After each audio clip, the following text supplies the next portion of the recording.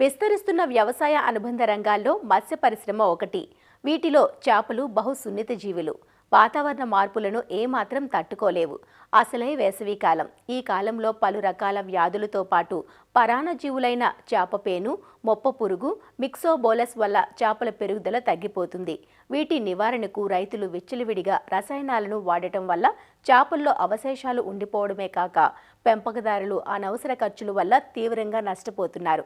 కాబట్టి చేపల పెంపకంలో ఎప్పటికప్పుడు వీటిని గమనించుకుంటూ నివారణకు శాస్త్రీయ పద్ధతులను పాటించాలంటూ వివరాలు తెలియజేస్తున్నారు ఆచార్య ఎన్జీ రంగా వ్యవసాయ విశ్వవిద్యాలయం, నెల్లూరు జిల్లా ముత్తుకూరు మత్స్య కళాశాల ప్రధాన శాస్త్రవేత్త డాక్టర్ తంబిరెడ్డి నీరజ. ఆంధ్ర రాష్ట్రం ఏంటంటే మొట్టమొదటి స్థానంలో ఉంది ఈ మంచినీటి చేపల పెంపకంలో. మొట్టమొదటి స్థానంలో ఉన్నప్పటికీ కూడా నష్టాలు కూడా రైతులు అదే రీతిలో చవిచూస్తున్నారు. ఈ నష్టాలకి ప్రధాన కారణం ఏంటంటే ఈ మంచినీటి చేపలకు సోకేటటువంటి పరాన్నజీవుల వ్యాధులండి. ముఖ్యంగా 3 రకాలైనటువంటి పరాన్నజీవులు. మొదటిది చేప పేను, దీన్ని ఆర్గులస్ అంటారు. ఇది చేపల శరీరంపై రక్తాన్ని పీల్చడం ద్వారా చేప బలహీనపడి మేత తినడం మానేసి వెంటనే మనం చికిత్స కానీ నివారణ కానీ చేపట్టినట్టయితే చేపలు చనిపోవడం జరుగుతుంది. ఈ వ్యాధి సోకినటువంటి చేపల్లో ఏంటంటే శరీరం మొత్తం మీద కూడా అది ఎక్కడైతే మెత్తగా ఉంటాయో పొట్ట కింద, తర్వాత వాజాల దగ్గర కూడా ఈ చేప పేను అనేది ఆవహించడం జరుగుతుంది. దీని జీవచక్రం ఏంటంటే ఒక 30 రోజుల్లోనే ఇది మెచ్యూరిటీకి రావటము, మళ్ళీ గుడ్లు పెట్టడము, ఆ గుడ్లు మళ్ళీ పిగలటము, ఈ రకంగా ఏంటంటే విపరీతంగా చెరువులో వ్యాపించి చేపల్ని బాగా ఆవహించడం ద్వారా ఇది చేపలు మేత సరిగ్గా తీసుకోకపోవడము, చనిపోవడం జరుగుతూ ఉంది.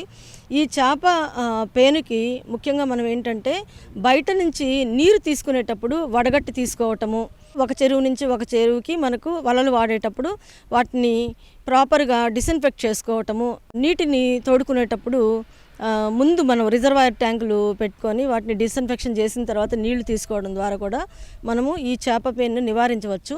మూటల ద్వారా మేతలు పెడతాము. ఆ మూటలకి ఇది చేప పేను గుడ్లు అతికిస్తుందండి. అతికించడం ద్వారా ఈ గుడ్లు పిగలడము, మనం ఎంత మందు కొట్టినప్పటికి కూడా పెద్ద పేనులు చనిపోతాయి, కానీ ఈ ఈపి ఏదైతే గుడ్డు ఉంటుందో అది చనిపోవడం జరగదు.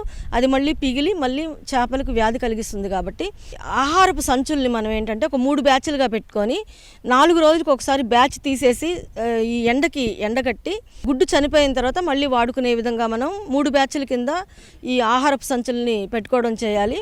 అదే రకంగా చెరువుల్లో పాత రేకులు అటువంటివి ఏదైనా వేసినప్పుడు ఏంటంటే ఈ చేప పేను వాటి గుడ్లు పెడుతుంది. కాబట్టి అవి గుడ్లు పెట్టిన తర్వాత 4 రోజులకు ఒకసారి వాటిని బయట తీసేసి ఎండగట్టినట్లయితే ఆ గుడ్డు చనిపోవడం జరుగుతుంది. ఆ రకంగా కూడా మనం ఏంటంటే చేప పేను వ్యాధి ఉధృతిని మనం తగ్గించుకోవచ్చు.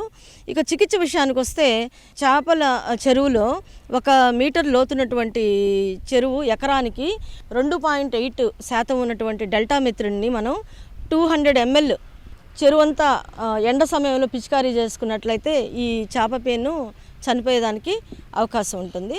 ఏదేమైనప్పటికీ చికిత్స కన్నా కూడా అది రాకుండా నివారించుకోవడం అయితే మంచిదండి. చేప పేను వ్యాధి, మొప్ప పురుగు వ్యాధి డాక్టైలోగైరస్ అనే పరాన్నజీవి వల్ల వస్తుంది. ఇది ఎప్పుడు కూడా డాక్టైలోగైరస్ అనేది చేప మొప్పల్లో 1-2 ఉంటూనే ఉంటాయి.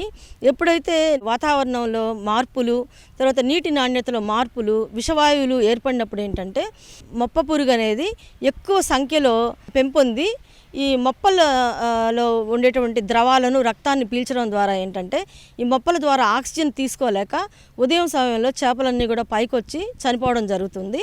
చికిత్సగా ఏంటంటే మనకు 2.8% ఉన్నటువంటి డెల్టామెథ్రిన్ని 200 ml లెక్కన ఎకరానికి 5 అడుగులు లోతు ఉన్నటువంటి చెరువులో మనము ఉదయం పూట తగినంత నీళ్ళల్లో కలుపుకొని పిచికారీ చేసినట్లయితే దీన్ని నివారించుకునే దానికి అవకాశం ఉంది.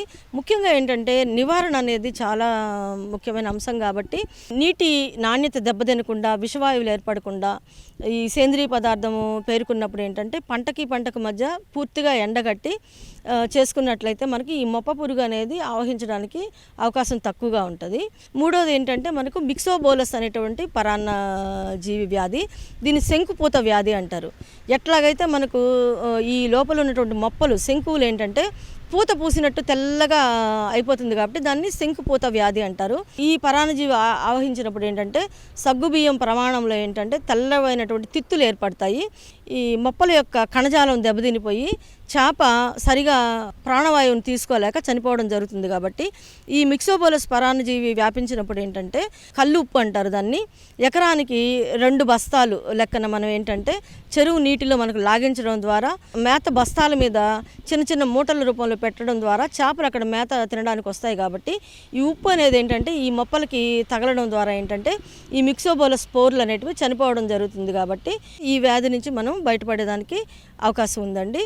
ఏదేమైనప్పటికీ చికిత్స కన్నా కూడా నివారణ అనేది ముఖ్యము. నివారణ అంటే ఏంటంటే మనం చెరువు తయారీ నుంచి, అదేవిధంగా నీటి నాణ్యత యాజమాన్యం దగ్గర నుంచి, మేతల యాజమాన్యం నుంచి సక్రమంగా చేసుకున్నట్లయితే అంటే వీటి ఆరోగ్యం కూడా బాగుంటుంది.